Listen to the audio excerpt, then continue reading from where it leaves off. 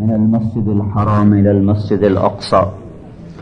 الحمد لله الذي بيده الملك وهو على كل شيء قدير، وأشهد أن لا إله إلا الله وحده لا شريك له، وأشهد أن سيدنا ومولانا محمدا عبده ورسوله أرسله بالحق بشيرا ونذيرا وداعيا إلى الله بإذنه وسراجا منيرا، صلى الله تعالى عليه وعلى آله وعلى أصحابه وبارك وسلم تسليما كثيرا كثيرا.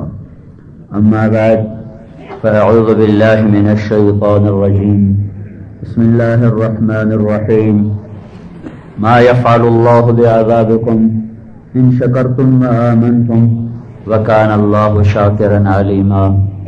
وقال تعالى: يا عبادي الذين أسرفوا على أنفسهم لا تقنطوا من رحمة الله إن الله يغفر الذنوب جميعا إنه هو الغفور الرحيم.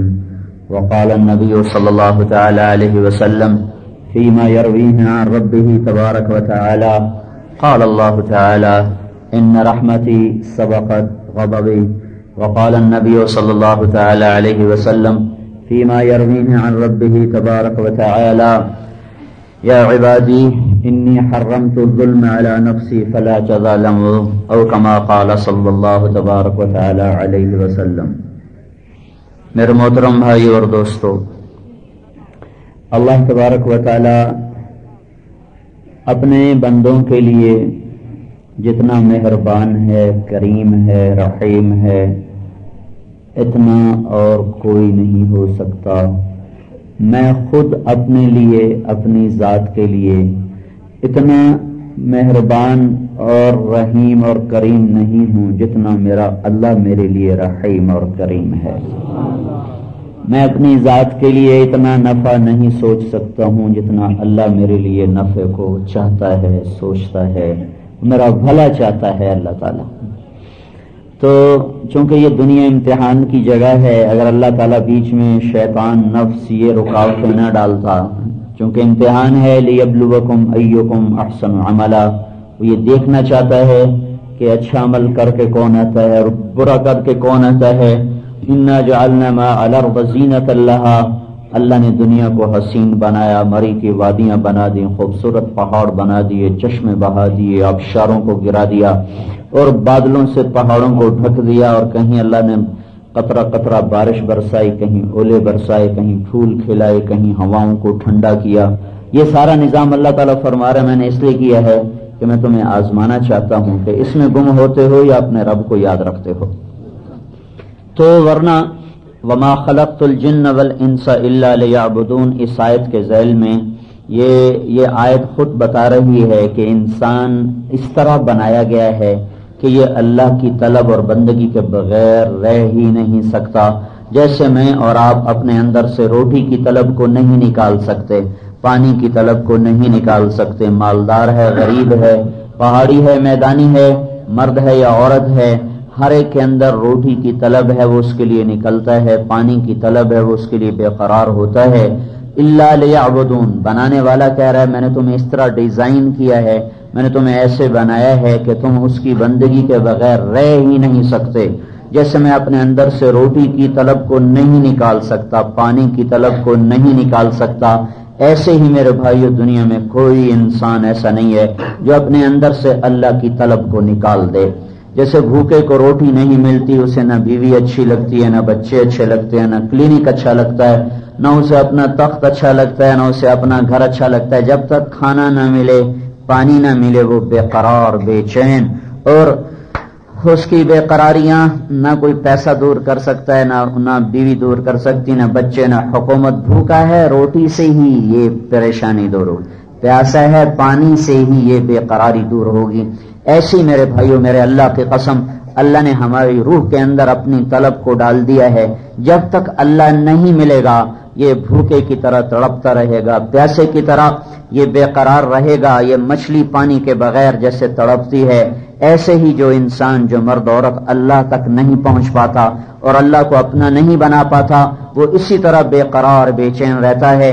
اب چونکہ اللہ تو سامنے اللہ تو ملا نہیں ہے اور اندر کی بے قراریاں ہیں، وہ کبھی اس کو شکلوں میں ڈھونڈتا ہے، کبھی اسے شراب میں ڈھونڈتا ہے، کبھی نغموں میں ڈھونڈتا ہے، کبھی سیر کے لیے نکلتا ہے، پہاڑوں کی چوٹیوں میں ڈھونڈتا ہے، کھلے میدانوں میں ڈھونڈتا ہے، رقص گاہوں میں جا کے اس اندر کی بے قراریوں کو دور کرنے کا سامان تلاش کرتا ہے، خوبصورت شکلوں سے ہم آغوش ہونے میں اس سامان کو تلاش کرتا ہے، بڑے بڑے منصب اور مرتبوں کو طے کرنے میں، سر کرنے میں وہ اپنے لیے اس بے قراریوں کو تلاش کرتا ہے۔ لیکن میرے بھائیوں، میرے رب کی قسم، جب تک اللہ نہیں ملتا یہ اسے بے قراری بڑھتی رہتی ہے۔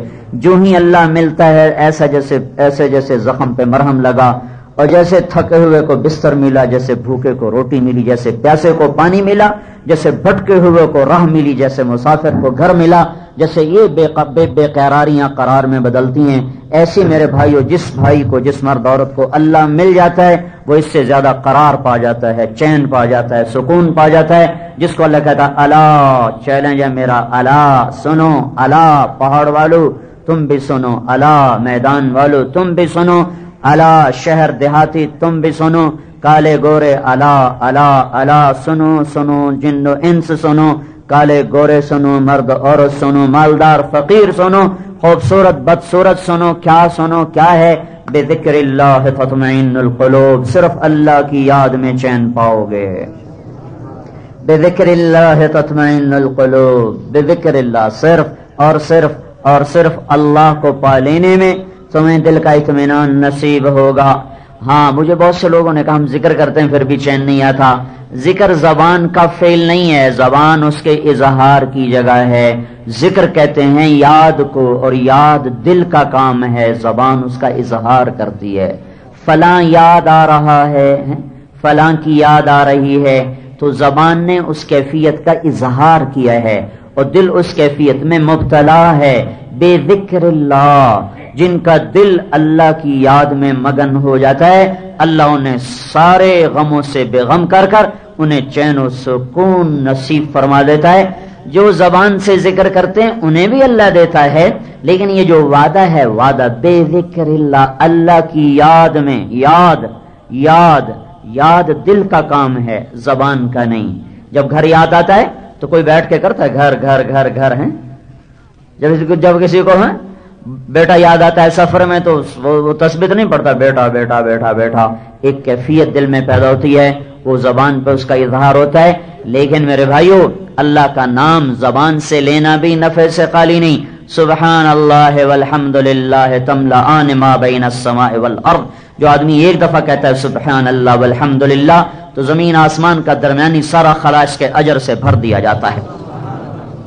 اس کے الفاظ میں بھی اتنا کچھ ہے۔ یہ سبحان اللہ کہتے جب دل میں اتر جاتا ہے، اللہ الحمدللہ، لا الہ الا اللہ، اللہ اکبر کہتے سفر کی یہ دعوت دی، دھکے کھائے تو آہستہ دل کے دریچے کھلتے ہیں اور اس میں اللہ کی محبت اترتی ہے۔ جب اللہ کو دل یاد کرنے لگتا ہے، پھر یہ اس کیفیت کا حامل ہو جاتا ہے جسے اقبال مرحوم نے کہا تھا، دو عالم سے کرتی ہے بیگانہ دل کو، عجب چیز ہے لذت آشنائی، پھر ہر چیز سے بے نیاز ہو جاتا ہے۔ یا ابن آدم اطلبنی تجدنی فإن وجدتنی وجدت كل شيء وإن فتنی فاتك كل شيء وأنا خير لك من كل شيء، میرا بندہ میری طلب میں آ، میں وعدہ کرتا ہوں جو میری طلب میں آئے گا میں اسے مل جاؤں گا، وہ مجھے پالے گا۔ تم روٹی کی طلب میں نکلو، تمہارے اللہ کا وعدہ نہیں ہے کہ دے یا نہ دے، لیکن تم اللہ کی طلب میں نکلو تو اللہ تعالیٰ کہتا میرا وعدہ ہے تو میری طلب میں آ، میں تجھے ملوں گا، بلکہ تو ایک بالشت آئے گا میں دو بالشت آؤں گا، تو ایک بالشت آئے گا میں ایک ہاتھ آؤں گا، تو ایک ہاتھ آئے گا میں دو ہاتھ آؤں گا۔ من اتانی یمشی اتیتہ ہرولا، تو چل کے آئے گا میں دوڑ کے آؤں گا۔ تو میرے بھائیو، اللہ کو پا لینا مقصد زندگی ہے، اللہ کو پا لینا مقصد زندگی ہے۔ اللہ مل کر کبھی کوئی ناکام نہ ہوا، اور اللہ کو کھو کر کبھی کوئی کامیاب نہ ہوا۔ اللہ کو پانے کے بعد کبھی کوئی بے چین نہ ہوا، اور اللہ کو کھو دینے کے بعد کبھی کسی نے چین نہ پایا۔ اللہ کو پانے والے سولیوں پہ لٹکے مسکراتے ہوئے لٹکے، آگ میں جل گئے مسکراتے ہوئے جل گئے، گوشت کنگھیوں کے لوہے کی کنگھیوں سے، ان کی بوٹیوں سے، ان کی ہڈیوں سے اتار دیا گیا، اور وہ مسکراتے ہوئے سہتے چلے گئے اور انہیں آروں سے چیرا گیا، انہوں نے اف نہ کی، ان کو ذبح کیا گیا، انہوں نے آہ نہ کی۔ وہ ہر حال میں وہ اطمینان، چین، سکون، کامیابیوں کے منزلیں طے کرتے چلے گئے۔ میرے بھائیو، اس وقت کی سب سے بڑی غفلت یہ ہے کہ میں آپ اللہ کو سامنے رکھ کر زندگی نہیں گزار رہے، اللہ کی طلب میں نہیں چل رہے، اللہ کی طرف جانے والی راہوں کو چھوڑا ہوا ہے۔ فیصلہ آباد سے میں چلا، مری میرا آنا تھا تو مری کی سڑک کو اختیار کرتے مغرب کی نماز میں پہنچ گیا۔ ہم سب اللہ کی طرف کے مسافر ہیں، ہم آخرت کے مسافر ہیں، آخرت کے راہی ہیں۔ یہ دنیا اللہ نے مسافر خانہ بنایا ہے، یہ دھوکے کا گھر ہے۔ اللہ کہتا ہے متاع الغرور دار الغرور، یہ مچھر کا پر بھی نہیں ہے۔ اللہ کا نبی کہتا ہے لا تساوی جناح بعود، یہ مکڑی کے جالے کی طرح بے حیثیت ہے۔ بیت العنکبوت، یہ ریت کے پانی کی طرح ہے۔ کسراب بقیعۃ یحسبہ الظمآن ماء، جس سے سڑک پر پانی نظر آتا ہے، وہ پانی آگے گیا وہ دور ہو گیا، وہ پانی آگے گیا وہ دور ہو گیا۔ پیاسا چلتا رہا، پانی نہ ملا، پیاسا تڑپ کے مر گیا۔ یہ دنیا گزرگاہ تھی، میں نے منزل بنا لیا۔ یہ مسافر خانہ تھا، میں نے گھر بنا لیا۔ یہ امتحان کی جگہ تھی، میں نے لذتوں کی جگہ بنا لیا۔ تو ہماری سوچ بدل گئی۔